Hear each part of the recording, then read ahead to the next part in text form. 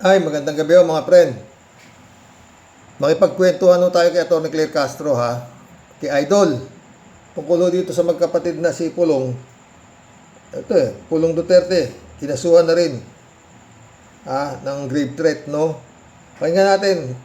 Tsaka to si Sara, di ba?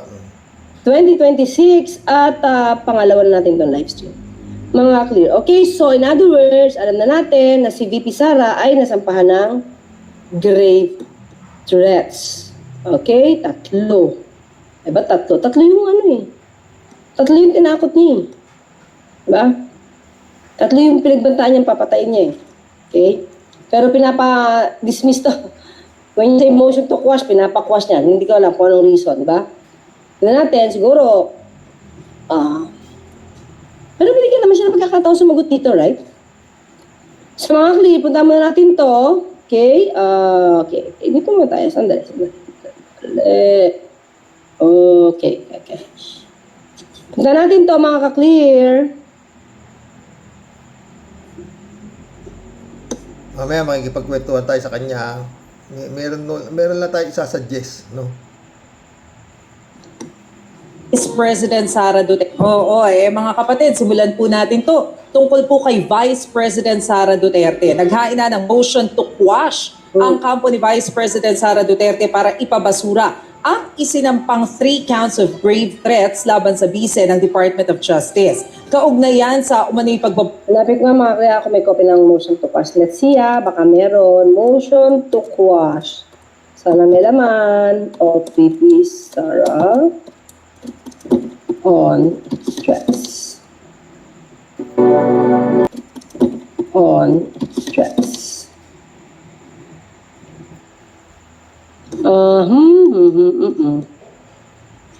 Ito. Basahin natin Ito muna tayo. Video. Sige, video tayo. Tapos may babasahin tayo.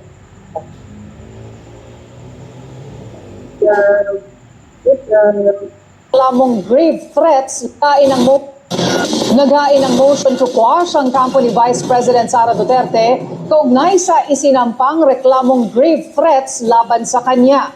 Ayon kay Prosecutor General Richard Anthony Fadulyon, binigyan ng 5 araw ng Quezon City RTC ang Justice Department para magkomento sa motion.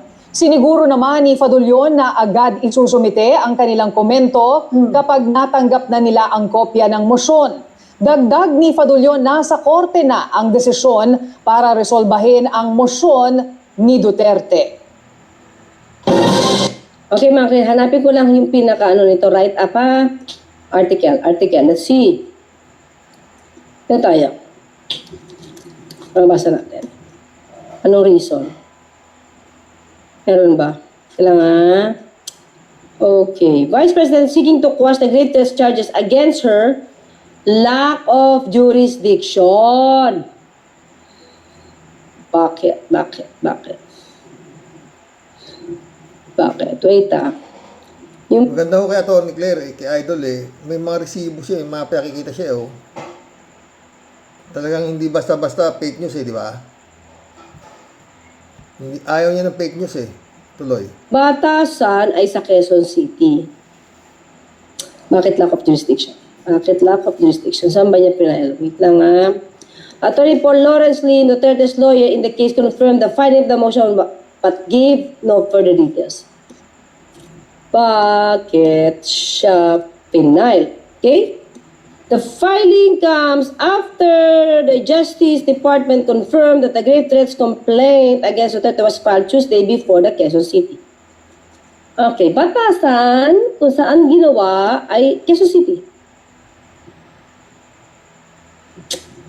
Ang iniisip ko dito kung bakit sabihin niya na walang jurisdiction ay baka. Pero grave threats kasi ito Okay? Grave threats. So, kasi pag gumamit ng computer system parang cybercrime, pag cybercrime, usually mga clear, ay pinafile ito kung saan nakatira yung complainant. Okay? Pero dito, yung pananakot ay nangyayari mismo sa isa sa mga opisina ng House, which is in Quezon City. Right? So, kung doon nagganap yung pananakot niya, ang venue niyan ay Quezon City. So, ba't kaya siya lack of jurisdiction? Wala daw kasing jurisdiction yung pagsampa ng kaso. Kung lack of jurisdiction, baka pwede, ito lang, isip ko lang Ito lang mga boss, ang hirap magpakulong pala talaga ng ganito, no? Pag maraming kwarta at maraming koneksyon, no? Tuloy. baka pwedeng ground nila ay yung complainant, rather, yung tinakot mismo ay hindi naman siya nag-file.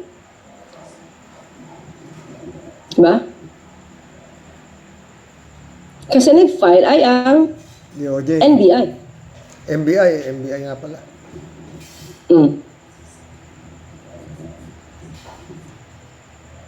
So, natasi kung anong laman ng kanyang lack of jurisdiction. So, ngayon, mga kapatid, ay wala pa tayong kopya. Okay? So, pero dito tayo, dito tayo. Dito tayo. Teka lang po. Saan yung isa po? Hindi nga kaya Attorney Claire? Kasi NBI ang nag-file eh. Hindi yung hindi yung mga pinagbantaan eh. Di ba? Baka yun ang pumasok dyan. Oo.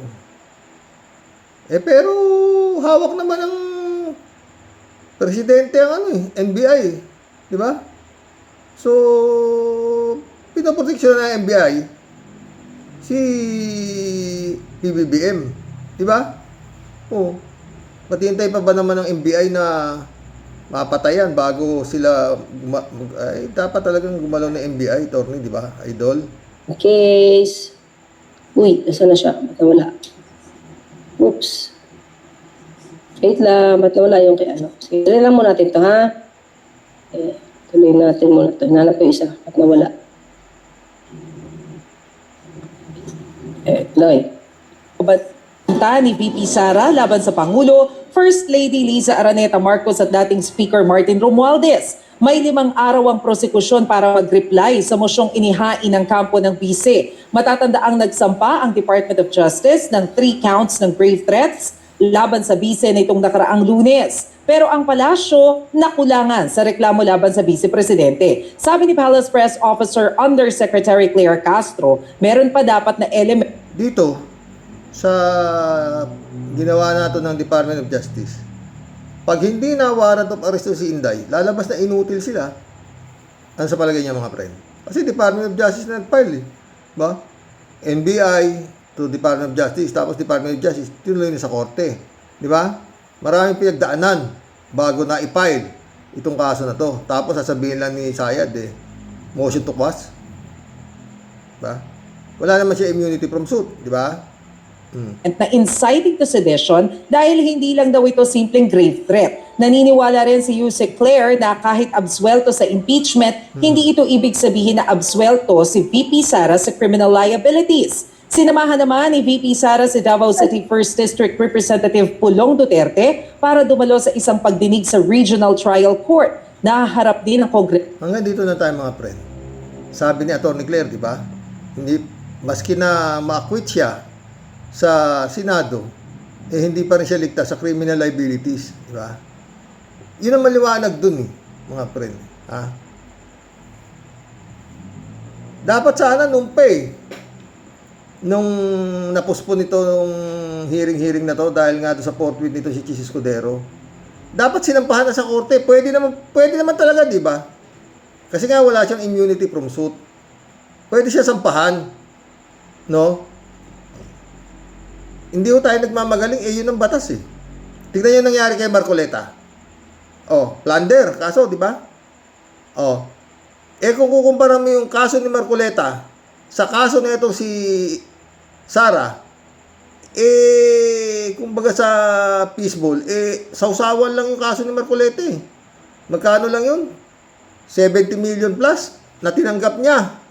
Tinanggap niya sa parang donasyon, bawal daw. Nagkasabit-sabit na, pati ito si Daldal. Si Daldal. Itong si Dipensor. Ang inaantay ko kay Dipensor yung sinampan ng NBI yung entrapment operation Yun ang hindi gumagalaw Iwasan na ba yun Liwa-liwanag nun di ba? Eto na tayo mga friend, no? So, pwede. Di ba? Walang, teka. Ito pa isa.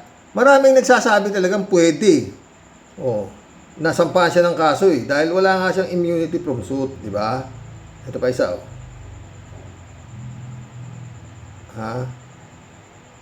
Bombo, ang Department of Justice ay binigyang diin na walang nagbabawal para makasuhan ang pangalawang Pangulo na nakaupo. Pagbasura sa sedition case, pinanindigan ng kagawaran. May balita si Bombo Grant Hilario.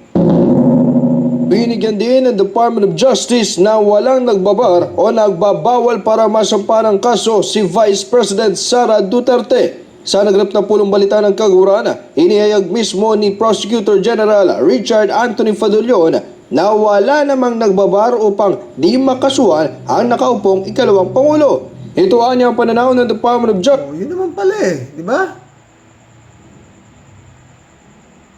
Patungkol sa usapin kung maaari nga bang sampahan ng kaukulang kaso ang isang impeachable officer. Kasunod na nato ng payaga ng opisyal matapos igit ng kampo ng akusado na hindi mo maaaring i-prosecute ang Vice Presidente kasabay ng Senate impeachment trial. Kung kaya't dahil dito ay nanindigan ng kagawaran na ang proseso ng korte sa kasong isinampa kontra sa opisyal ay hiwalay o magkaiba sa nagaganap na paglilitis sa Senado. Ipinauubayan na lamang daw nila sa hukuman ang pagdetermina o pagresolba sa kaso kahit pa isang impeachable officer si Vice President Sara Duterte. Well, whatever it is that's going on before the impeachment court is different from the one that we have now. No, this is before the regional trial court.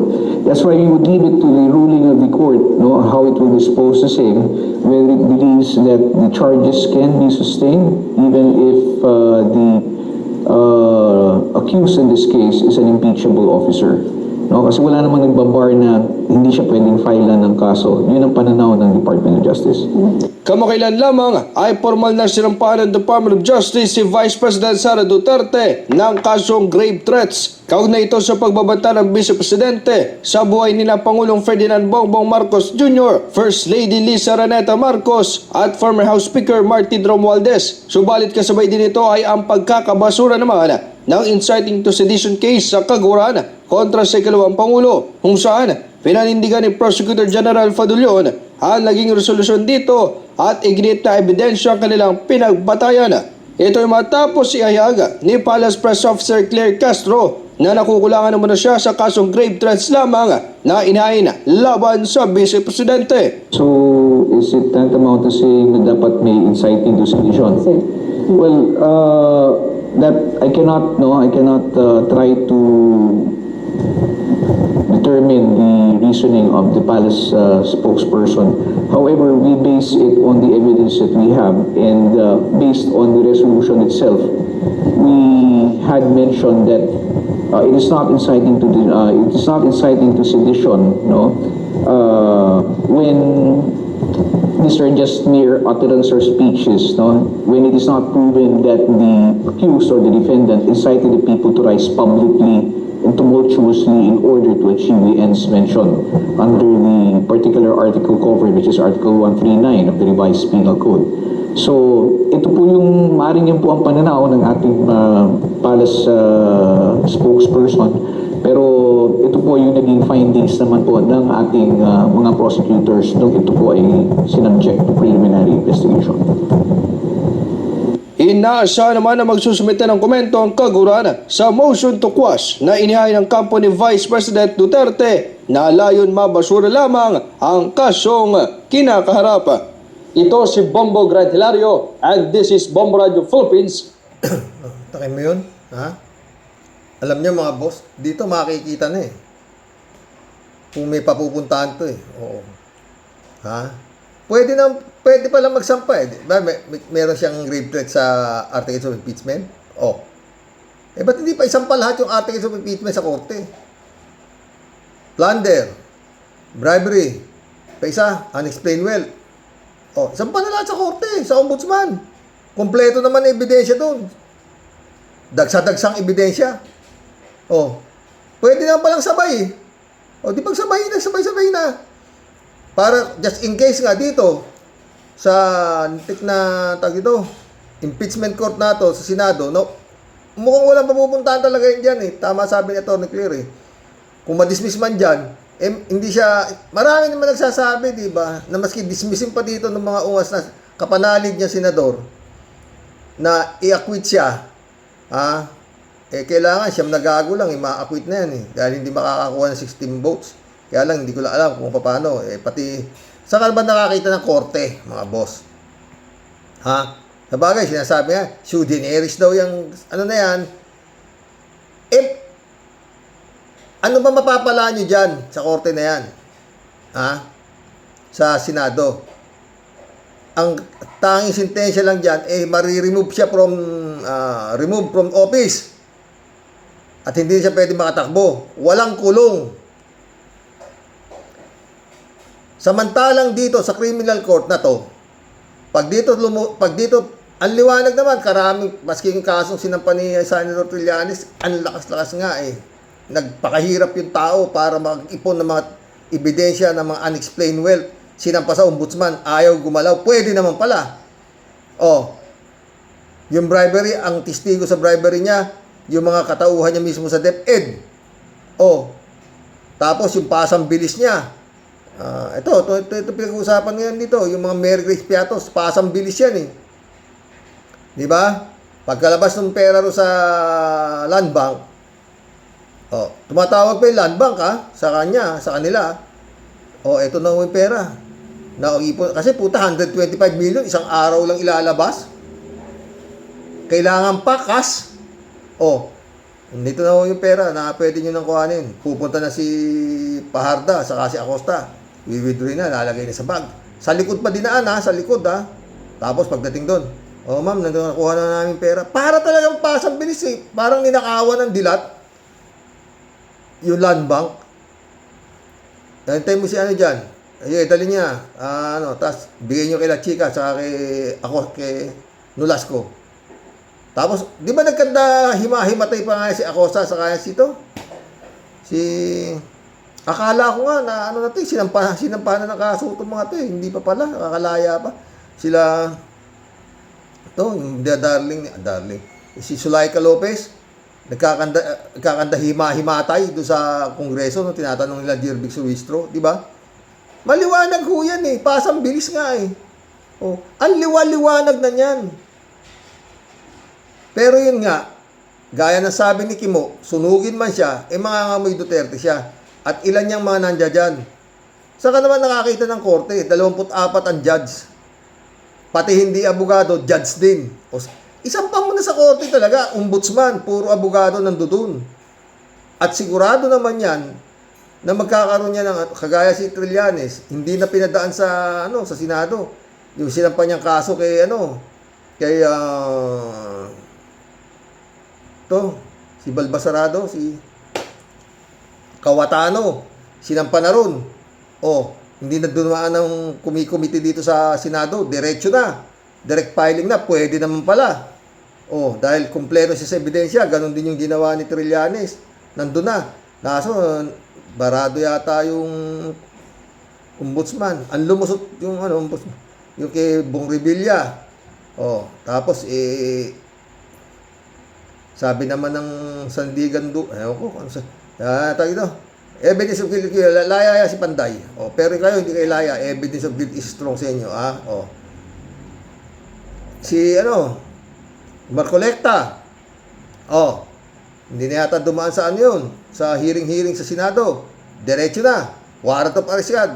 Plunder. Sino nagsampa? Ombudsman din. Pwede na to eh. Hayaan mo na yung na yan dahil malamang sa alamang talaga yan, ma-acquit yan sa Senado. Pero dito, pag sinampaya sa ombudsman, itong mga katakuta, 4 yan articles of impeachment na puro matitibay ho yan, lumusot ho yan sa Kongreso, 2 beses. Gaano katibay yan? Alam nga namang hindi makakuha ng certainty of conviction ng ombudsman dyan pag sa ombudsman mo dinala yan. Pwede naman palang sabay. Dahil nga, eto, sinampa na nga itong ano to grave threat na to di ba? Sabay-sabay na yan. Dahil kung makukonvict man siya dito, no bail recommended sigurado si Sara. Plunder, bribery, unexplained wealth. Tapos yan nga, yung grave threat na yan. No bail na yan. Automatic no bail yan. Kung yung kaso lang nila Jinggoy at saka nito sila Marcoleta, barya lang yan sa kaso ni Inday Sara. Katakot-takot. Patong-patong, pati yung kasong sinampa ni Senator Trillanes. Plunder. Tapos yan nga, yung ginawa dyan sa, pwede pang maging, parang pineke yung mga resibo nung mga recipient nung pera na merong Merry Crispiatos, may kung ano-anong mga pangalan na inchik, tarantado. Sabi nga ni Atty. Lorna Kapunan, in-scam. Yan ay scam. Ang sentensya lang sa kanya dyan, removal from the office. Bibitin-bitin pa. Samantalang kung isasampa sa ombudsman yan, automatic yan. Warrant of arrest yan. Di ba?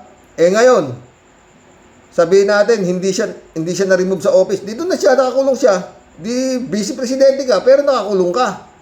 Hindi ka nire-remove. Di ba? Yun. Diyan ka, vice presidente ka sa Oblo. Pero nandiyan ka. At pag dumating yung naging sentensya dyan, reclusion perpetua, paano tatakbo yan? Pwede ba tumakbo yan? Nasa loob, kukulong? Liwaliwanag na talagang reclusion perpetua aabutin yan sa laki-laki ng halaga na yan. Yun nga, di ba, sinasabi, pag plunder, reclusion perpetua, pag 50,000 yata, 50 million? 50 million ba, Bob? Eto kay Saya, di po, billion ang pinag-uusapan dito daang milyon. Di ba? Paano siya makakatakbo kung nakakulong siya? Lalo na kung convicted siya. Pwede ba siya makatakbo kung convicted siya?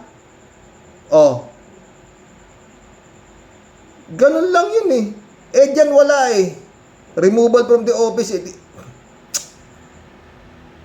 Nangyari na yan, di ba? Kaya Congressman sino ba yung ng rape? Na na sentensya ng guilty, beyond reasonable doubt. Yung nakalimutan ko. Pero yun, congressman, tumakbo yun, nanalo, landslide. Tapos bandang huli, na-guilty siya. Di natanggal din yata sa pagka-congressman. Limutan ko pangalan nun Nakalimutan ko talaga pangalan. Pero dati, natanda ko, malilimutin na ako. Yung totoo lang, Nung ko pa rin sinasabi to na sampahan na ng kaso, wala na immunity from suit. Doon din ang punta, Doon din ang punta. Hindi kasi ako nag-aral ng abugago, Pero, wala. Ang liwaliwanag. Walang immunity from suit. Pwedeng sampahan. Ipinagpipilitan ninyo yang impeachment na yan. Dadaan ka talaga sa butas ng karayom dyan sa dami ng pera niyan. At napakahirap pagpaliwanagan yung mga senador judges na yan na talagang maski sunugin mo man ng mga putang inang yan, i-acquit niya si Sara. Diba? Di sayang lang. Lahat ng pinaghirapan magmula sa Kongreso hanggang sa Senado, acquittal lang pala aabutin. Diba? Samantalang pag sinampan mo yan sa korte, sa ombudsman, hindi pwedeng acquit yan. Hindi yan ma-acquit sa katakot-takot na ebidensya na yan. Siyempre, magbabase sa ebidensya yan Hindi na kagaya dito sa Senado na to, puta na. Basta yan ang sinasamba namin, yan ang puo namin, hindi nyo pwedeng impeach yan. Oh. Siyam kami. Oh, baka hindi lang siyam, 10 pa yata eh. Sino ba yan? Kung totoong maski na wala dyan, eh, pwedeng i-consider na acquittal, ha? Si Bongo, si Bato, si Kimo, si Indalawan Ligarda, si ano ba to? 5 na eh. Baka yung bilyar, ba't ba yung bilyar hindi nasasampa ng kaso? Yung dating DPWH, ha? Hindi mo pa alam eh, mayroon pa dyan mga nakasingit-singit dyan na pwedeng mag-a-acquit yan eh. Pera-pera lang din ang laban dyan eh. Diba? Ako, mag-collab na tayo mga boss. Sana makarating to kay Tony Claire Castro. Tony Claire, baka pwede isampa na lahat. Pwede naman pa isampa na lahat yung articles of impeachment na yan sa ombudsman.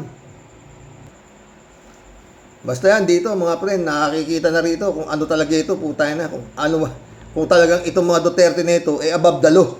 Sila ang tawag dito. Sila ang hari. Walang pwedeng mahipo sa kanila, untouchable. Ha? Walang batas-batas. Sila ang batas. Ayun na, di ba? Yun. Anong grapit? Ha? Motion to question yan. Hindi pwede yan. Pulong naman dun sa Davao. Panood ko kay Atty. Claire, dapat ipalipat nung nag-ampa kay Pulong ng yung venue sa Davao dahil walang mangyayari doon. Si Kibulog nga eh. Puro dismiss ang kaso ni Kibulog doon eh, mga rape. Buti nailipat sa doon. Nung nailipat dito, ayun, nakakulong si Gago. Diba? Yun lang yan mga boss. Paulit-ulit. Pag diniinan nito, talagang tapos to. Maski ang Bato na yan, magkaroon lang ng search warrant ang yung kingdom na may nakapagsabi na nandoon si Bato, si-search yun, para si-search yung kingdom, lalabas na yan si Bato, tingnan mo. Para kagaya rin yan ni Kibulog. Nung sinabi ni General Torre na babaliktad ko yung kingdom na yan pag hindi ka lumabas ng 24 hours, labas siya. Ganun lang yun, madali lang ilabas si Bato, kaya lang lambot eh. Magkulab na tayo mga friend. Kasi di ba? Pwede naman pala sabay. Pasampahan nyo na ngayon. Ano hinihintay nyo? Sinampa na nga yung grave threat eh. Sampan nyo na lahat para sabay-sabay na. Para just in case na nailigtas siya nung kanyang mga kanyang mga kampon sa Senado, dito na, tuloy-tuloy dito sa criminal case. Di ba? Mantangin mo na sa Senado, puta si Kimo. Naging judge. Dito Lapid, naging judge. Nakamote. Ang dami pa hindi pala abogado dyan. Naging judge. Ang hirap-hirap maging judge. Bago ka maging judge, kailangan mag-aaral ka muna ng todo. Kukuha ka pa ng bar exam. Samantalang dyan, nakamputang na. Maski na high school graduate. Judge! Kulab na nga tayo. Buset. Rolando Edrelin, shout out. Puro kalokohan lang. Lahat ang gawa-gawang pangalan ng nasa acknowledgement receipt. Ginagago lang mga tao ng mga Duterte. Sanay na sa nakawan ng harap-harapan. Kaya naniniwala akong nationwide scam talaga ang ginawa ng gobyerno ni Digong Nyo. Demonyo Duterte kasama ang mga alipores niyang mga kriminal. Totoo yan, Rolando. Yan, nagkakagulo eh. Kaya alam, malambot nga ako eh. Dapat dyan, sampahan sa ombudsman yan. Hindi dyan sa sinasabi ko na, dadaan sa butas ng karayom yan dyan sa Senado. Dahil nga, buti kung may konsensya, wala eh. Kakapal ng mukha niya mga kampo ni Sara dyan. Sumagot si 3JCO po. Ano pa nga ba? Isang tao lang ang nag-imbento ng mga pangalan na yan. Natural, baka sobrang takot ng mga inutusan ni Sara na imbentohin nila mga pangalan. Kaya ayun, kung ano-ano na lang ang nailagay sa resibo. Baka nagiinuman pa yan eh. Nagtatawanan sila dahil alam nila na hindi aabot sa ganyan. Umabot. Gandang gabi sa Rox at sa lahat ng mga kawaryos. Di said, shout out ha. Rolando Edrelin na naman Sa tansya ko, hindi lang mga bilyonaryo, mga Duterte, kundi trilyonaryo. Sang-ayon ako sa iyo. Dahil lahat ng miyembro ng pamilya ay mandarambong at mga bilyonaryo din ang mga alipores niya sa administrasyon niya. Totoo, naniniwala. Yun din ang alam ko eh. Michelle Edwin Mike, shout out my friend. Kalat ni Baya, shout out. Good evening Kasani, God bless your family, sabi niya. God bless your family too, my friend.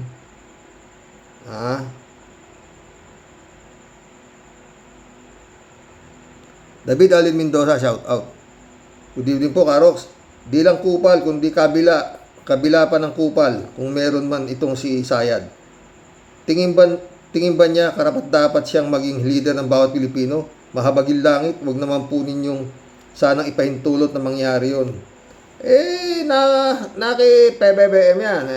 Pag yan, di ba? Basta yan nakatakbo. Sure ball yan. David Ali Mendoza. Karox, walang po na ibasura din ng korte sa Davao yung demanda ng bugaw kay Iyot Man. Oo, kaya dapat sabi, ilipat ng venue. Dapat sa DILG, pero mukhang takot din si John Wick Rimulya sa mga Duterte. David Ali Mendoza ulit. Karox, tama po ba yung narinig ko na may substandard na bakal at radioactive pa? Nakakakos ng cancer po yun. Dapat po paimbestigahan yan at baka Chinese na naman ang may-ari niyan. At kasabot pa ang mga dutae dyan. May nabasa nga ako, David eh. Sila mismo ang may-ari, Duterte. Tangina talaga, kapal na demonyo. Kaya nga talagang dapat yan Davao, isa ilalim sa martial law yan. At siguradong maraming makakalkal dyan.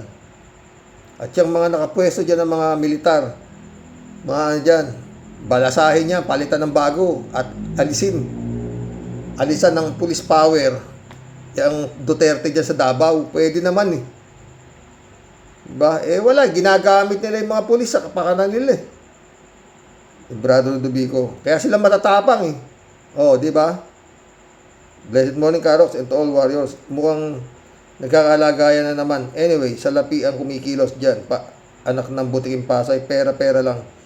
Nakakatulog pa kaya ang hayop na Sayad na to? Payat na eh.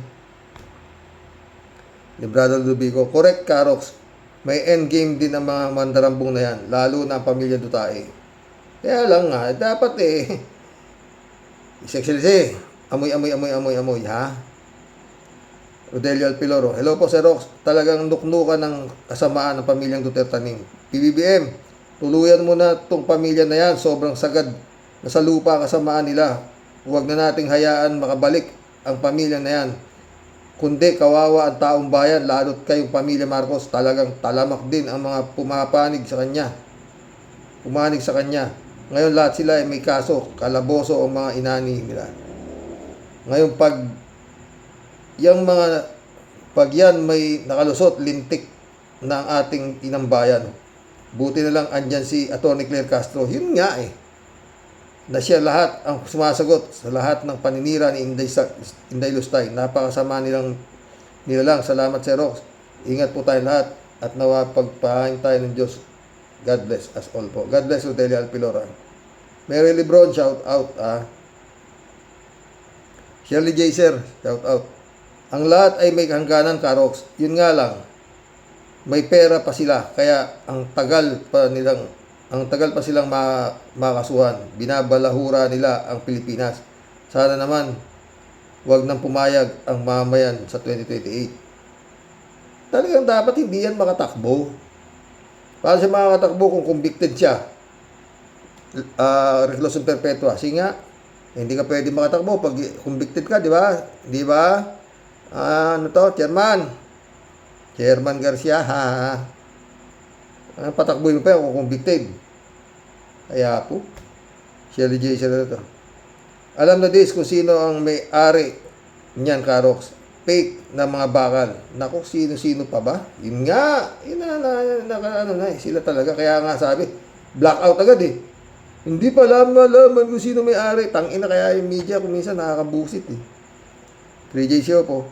Laki-laking establishmento, hindi nyo malalaman kung sino may-ari. Nagpunta kayo ng ng search warrant, hindi nyo alam kung sino yung sinesearch nyo. Hello, Sir Rox. Instead na Bato ang mahuli sa Davao, bakal ang nahuli ng NBI. Takot na takot ang mga DDS na baka si Bato nahuhulihin ng NBI. Sa Davao dahil naka-aeroplanong pang-army si NBI matibag. Pati si Bato nanginig sa takot. Madali lang maabaan si Bato. Oo, nandyan lang sa tabi-tabi yan dyan, hindi nalalayo yun dyan. Pero pag nagsesearch na sa mga bahay-bahay ng mga Duterte, lalabas na yan. Friend Shermin Sapeta, shout out. Christian Sen, July 7, Alcantara, Analisa Apolinar, shout out sa inyo mga boss. Awa naman ang tawa. O Sir Rox, paano hindi ka talaga mapapalaklak ng lusartan sa yamot at suklam? Ba itong pinutukan po ng lintik na ito, na Saramaw, wala nang ginawa kundi puro apila at para daw ibasura lahat ng isinampang kaso sa kanya. Basura dito, basura doon. Ubod na po na tagal ng pinag-iintay po natin. Kailan naman kaya siya maipapatapon natin sa basura? Hindi nga malambot nga Tia Delica eh. Bye. Halimaw na to Sir Rox. Talagang kasumpa-sumpa po siyang nilalang sa balat ng lupa. Oy, Lucaretcha. Pwede ba ha? Kung saang impyerno ka man nang galing, parang awa mo na. Pwede ba sobrang perwisyo na ang nagawa mo sa bansang Pilipinas? Payag sila Buti nga may Atty. Claire Castro pa. Baka kung ano ko, Diyos ko. Kailan ka ba talaga titino at titigil ha? Sobra ka nang nakapakinig talaga ng kalamnan at kasukasuan na pesting yawa ka. Akala ko ba ubod nyo ng tatapang? At bakit nagtatago siya sa kapatid niya mong manyakol, ha?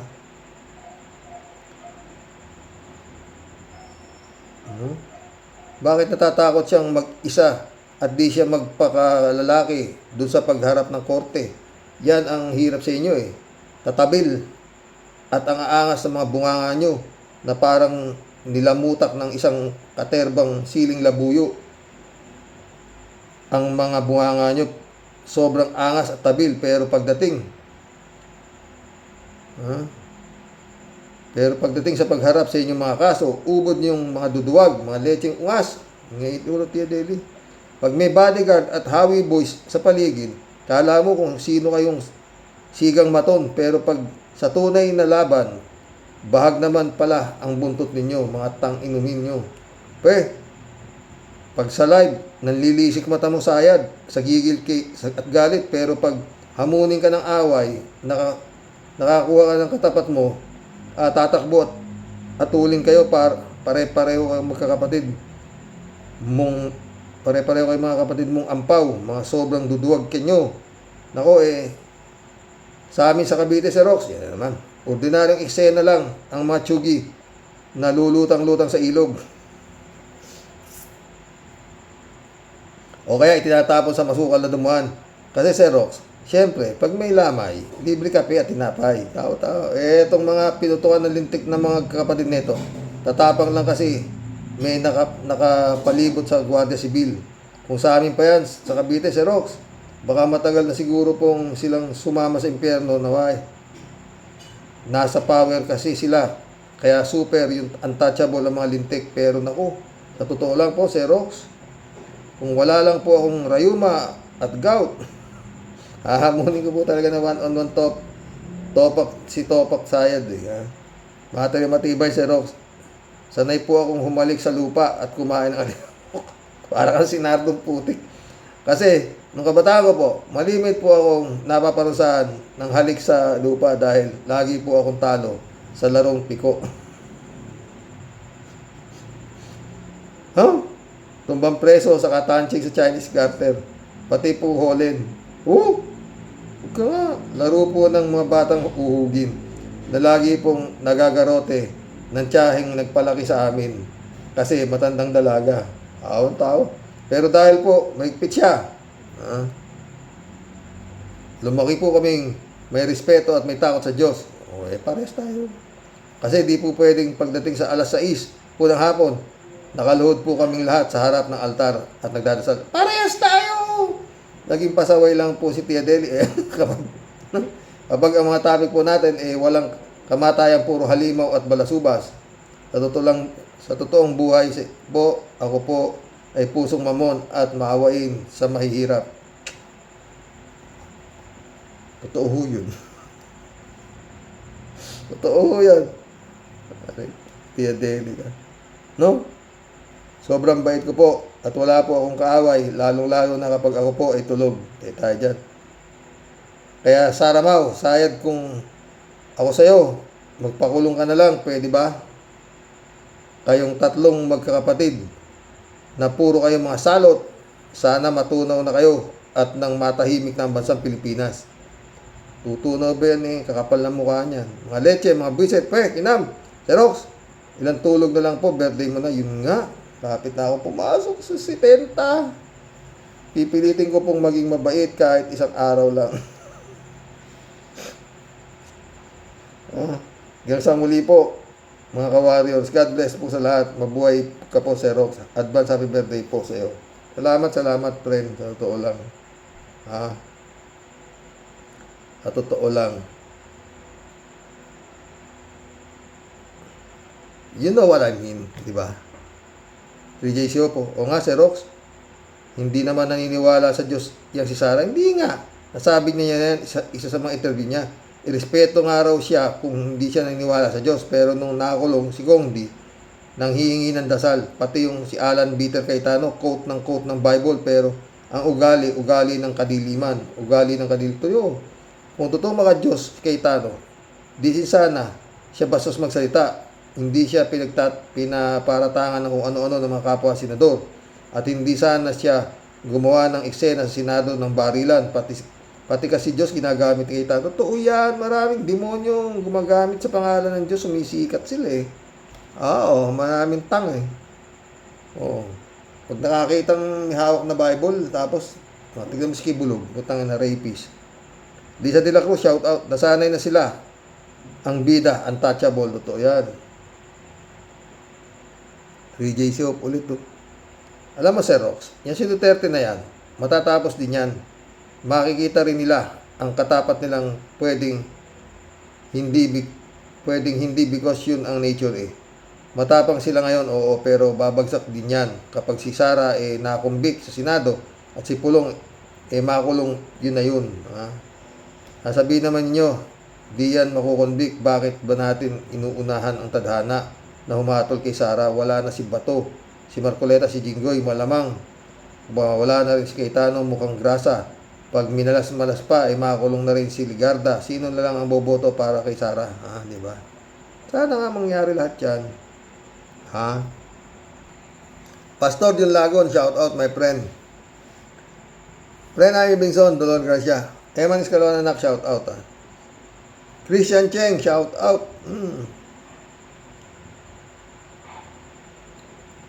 Mataba ka na ba, nak DJ Show po nito. Palagi ko, Xerox, Anticlair, magiging politiko yan sa 2028. Ang lakas ng loob Saka ang tapang, kung tatakbo siyang senador. Ay, tiyak, pasok na yan. Ay, nako. Senador, kulang yun. Dapat yan, presidente.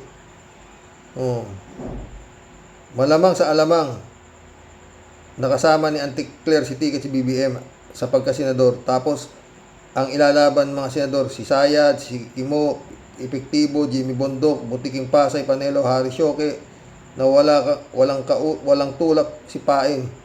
Kumbaga sa Madyong, puro Flores o Panapon. Madyong ka ba?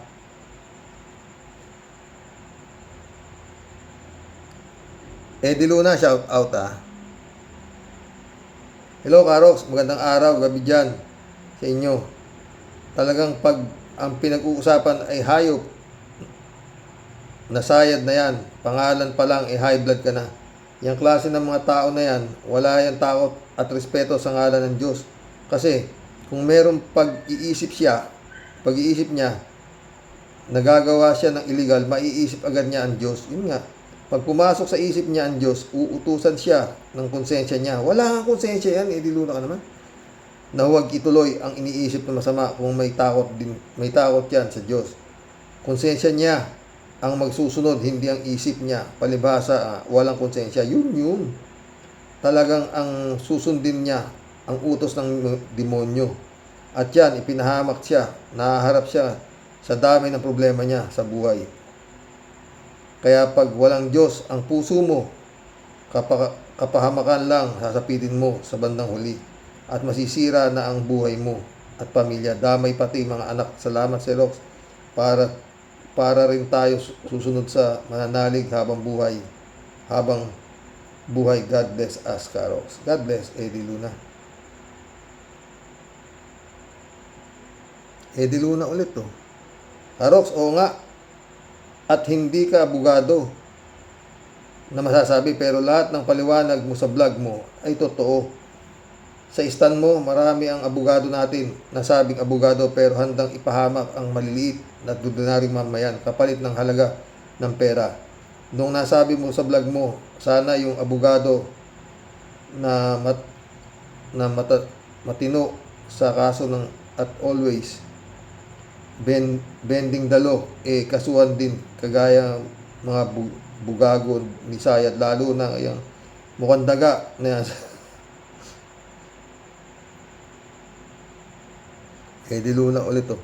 Karox, sa Davao, ang ibang botante dyan, kaya hindi makaalis sa mga Duterte, nalaso na ang isip at paniniwala nila.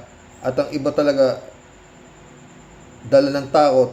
Tama ka, Karox. Sabi mo kahapon sa vlog mo, dapat sinusunog ng mga yan, ang pangsunog pera ng mga ninakaw nila. Salamat, Karox. At sundan ko uli yung cash number mo.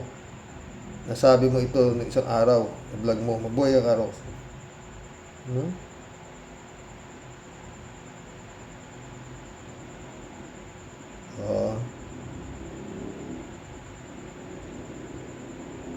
Eddie Luna ulit to.